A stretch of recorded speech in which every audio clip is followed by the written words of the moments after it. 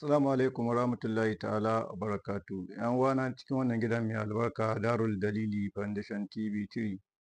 Ina kowa da kowa fatan alkhairi.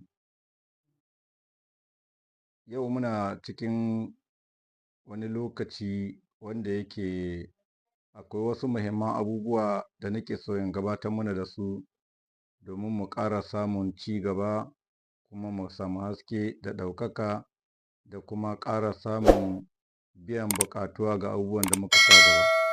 To sai dai kuma waige adon tafiya. A kowace irin tafiya kake yi ana so ka waiga bayanka, domin shi duk abin da kake kana tuna baya to yana gyara maka kyan tafiya, kuma za ka ƙara samun haske ga inda ka sa gaba.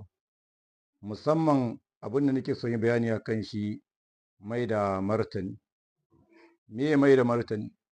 Wato abin da ake nufi da mai da martani, kai ne kake harakokinka kuma kana ta ƙoƙari ka biya wa kanka buƙatuwa da abubuwan da ka sa gabanka, sai kaga kuma wani ya ƙulla ya sa ido a cikin lamarinka, yana ta ƙoƙarin sai ya cutar da kai.